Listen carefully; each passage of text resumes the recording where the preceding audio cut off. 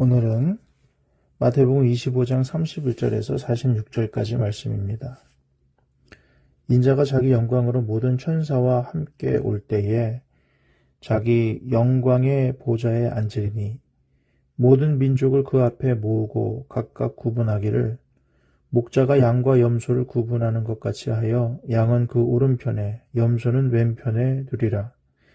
그때 임금이 그 오른편에 있는 자들에게 이르시되 내 아버지께 복받은 자들이여 나와 창세로부터 너희를 위하여 예비된 나라를 상속받으라.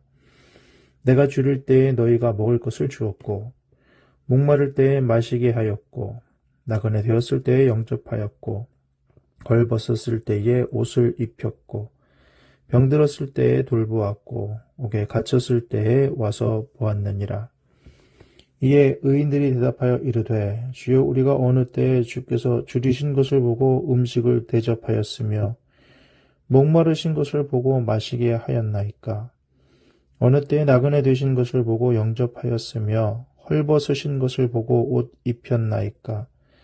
어느 때에 병드신 것이나 옥에 갇히신 것을 보고 가서 배었나이까 하리니 임금이 대답하여 이르시되 내가 진실로 너에게 이르노니 너희가 여기 내 형제 중에 지극히 작은 자 하나에게 한 것이 곧 내게 한 것이니라 하시고 또 왼편에 있는 자들에게 이르시되 저주를 받은 자들아 나를 떠나 마귀와 그 사자들을 위하여 예비된 영원한 불에 들어가라.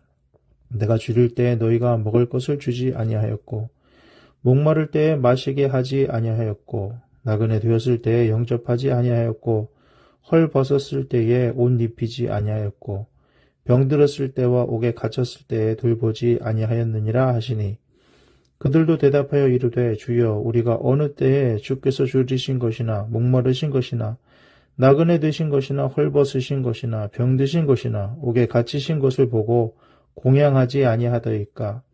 이에 임금이 대답하여 이르시되 내가 진실로 너에게 이르노니 이 지극히 작은 자 하나에게 하지 아니한 것이 곧 내게 하지 아니한 것이니라 하시니 그들은 영벌에 의인들은 영생에 들어가리라 하시니라. 아멘. 오늘 말씀 보시면은 예수님께서 다시 오시는 재림의 때를 말씀하고 계십니다. 인자가 자기 영광으로 모든 천사와 함께 올 때 자기 영광의 보좌에 앉으시겠다. 이렇게 31절에 말씀하십니다. 재림은 영광의 보좌에 앉으시는 모습이고요. 또 하나는 심판을 하시는 모습입니다. 이것이 초림과의 차이인데 자 32절에 모든 민족을 그 앞에 모으고 구분하신답니다. 양과 염소로 구분하는데 33절 양은 그 오른편에 염소는 왼편에 두겠다. 오른편은 좋은 편이죠. 왼편은 좀 부정한 쪽 아닙니까? 그래서 양이 좀 좋은 의미고 염소가 부정한 의미라는 것을 알게 됩니다. 자, 34절. 그때 임금이 그 오른편에 있는 자들에게 내 아버지께 복받을 자들이여 나와 창세로부터 너희를 위하여 예비된 나라를 상속받으라. 이렇게 말합니다. 오른편은 복받을 자들이여 예비된 나라를 상속받으라. 예, 창세로부터 예비된 나라가 있답니다. 반대로 41절 이하에는 왼편에 있는 저주받은 자들 나를 떠나서 마귀와 그 사자들을 위해서 예비된 영원한 불에 들어가라.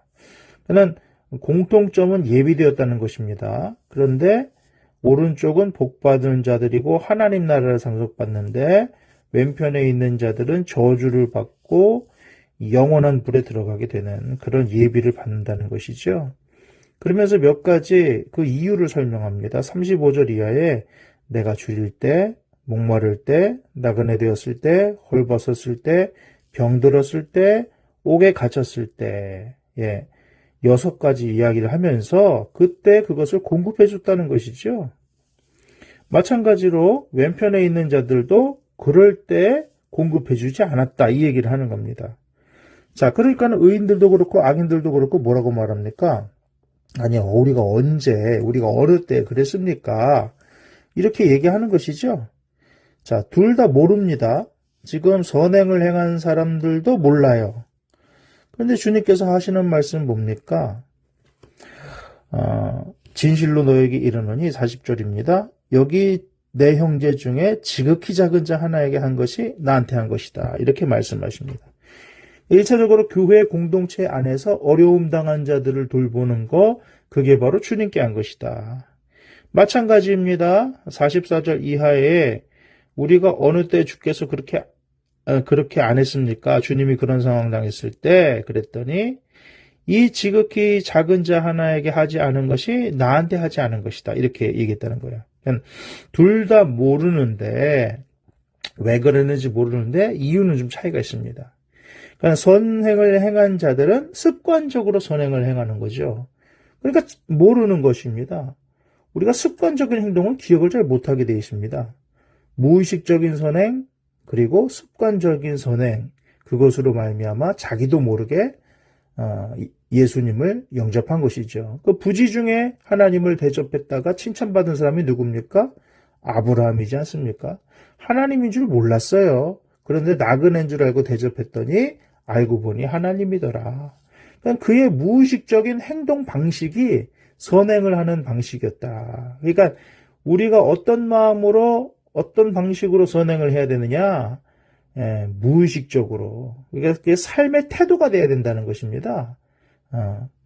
이게 하나님인가? 이게 아닌가? 이런 게 아니라 무의식적으로 우리는 선행을 행할 수 있어야 된다. 예. 그러면 안 한 사람은 왜 안 했습니까? 이유는 하나입니다. 이 사람들이 예수님인 줄 모르니까 안 한 겁니다. 만약에 우리가 이분들이 예수님인 줄 알았다면 안 했겠습니까? 이 얘기예요. 그러니까 그게 핑계가 됩니까? 다시 말하면 이들은 뭔가 착한 일을 하고 대접을 하는 것이 뭔가 대가를 바라고 하는 것이라는 겁니다. 주님이든지 세상의 권력다든지 하여튼 계산적인 뭔가가 있을 때 이득이 될 때만 섬길 마음이 있는 사람들이었다는 것이죠. 그런 마음을 가진 자들을 주님은 싫어하신다는 거예요. 자, 그러면은 오늘 말씀을 보면서 그럼 구원은 뭐냐? 행위를 통해서 받는 것이냐? 이렇게 물어볼 수가 있지 않습니까? 여기는 구제도 하고 선행도 했기 때문에 주님이 기뻐하시고 여기는 안 했기 때문에 미워하신 것이 아니냐. 그런데 본문에서 말하고자 하는 것은 사실 그런 것은 아닙니다. 본문에서 우리가 알려주고 싶은 것은 참된 믿음은 뭐냐라는 것이죠. 참된 믿음은 사랑의 실천이 동반되어진다. 다시 말하면 참된 믿음은 사랑의 실천이라는 열매가 맺는 것이 당연하다라는 것입니다. 너무 계산적으로 이게 맞나 저게 맞나 이렇게 하면 이득이 될까 이런 문제가 아니라는 겁니다. 예수님이니까 섬기고 아니니까 안 섬겨야지 이런 문제가 아니라는 거예요. 우리는 모른다는 겁니다. 그런데 하나님이 기뻐하시는 믿음을 삶의 방식으로 택할 때 나도 모르게 부지 중에 주님을 대접할 수 있다. 또 하나는 구원을 가르는 것이 뭡니까? 뭐 대단한 게 아니라는 거예요. 뭐 거창한 거, 뭐 엄청난 거, 뭐 재산을 전부 기부했다든가, 뭐 신장이식을 뭐 신장을 하나 나눠줬다든가 뭐 이런 문제가 아니라는 겁니다. 어떻게 보면은 작은 친절일 수도 있는 거예요. 우리의 삶을 살아가면서 소소하게 우리가 접하고 만나는 사람들에게 소소하게 우리가 친절을 베풀고 하나님이 주시는 감동대로 행동할 때 다시 말하면 뭐 대단한 게 아닐지라도 따뜻한 눈빛과 따뜻한 손길로 하나님의 형상들을 바라볼 때 하나님께서 그를 믿음 있는 자로 봐주시고 그를 어떻게 하신다고요? 46절 마지막 절에 그들은 영벌에 의인들은 영생에 들어가리라. 이 별거 아니고 소소한 것 같지만은 내 삶의 기본적인 모습이고 태도가 될 때 나는 이것을 통하여서 영생을 얻을 수도 있고 영벌에 들어갈 수도 있다. 우리의 소소한 삶의 모습, 삶의 태도가 얼마나 중요한지 주님께서 알려주시는 겁니다. 오늘 본문 전에도 깨어있음에 대해서 열천의 비유에 대해서 말씀하셨죠. 또 달란트 비유에 의해서 충성됨이 무엇인가 말씀하셨습니다. 우리가 일상에서 하나님 나라를 준비하는 거 그게 뭘까요? 깨어있는 겁니다. 준비하는 겁니다. 충성스럽게 사는 것입니다. 그리고 오늘 주님께서 말씀하시는 것은 믿음을 가진 자처럼 일상을 따뜻하게 그렇게 바라보고 따뜻한 손길을 내미는 그런 어떻게 보면 평범하지만은 하나님의 사랑이 기본적인 태도로 장착된 자들, 이런 사람들을 하나님의 백성으로 맞아 주신다는 것이죠. 오늘도 이런 모습이 우리 모습이 되어서 천국을 예배하고 주님 오심을 준비하는 믿음 있는 사람들 되시기를 주님의 이름으로 축복합니다. 기도하겠습니다. 주님, 제 시선이 지극히 작은 자에게 머물러 주님의 마음을 배우기를 간구합니다. 눈에 보이는 작은 자를 섬김이 눈에 보이지 않는 주님을 섬김과 같음을 잊지 않게 하옵소서. 메마르고 이기적인 제 마음을 주님의 사랑으로 채워주셔서 대가를 기대하지 않고 아낌없이 나누며 살게 하옵소서. 감사드리며 예수님의 이름으로 기도합니다. 아멘.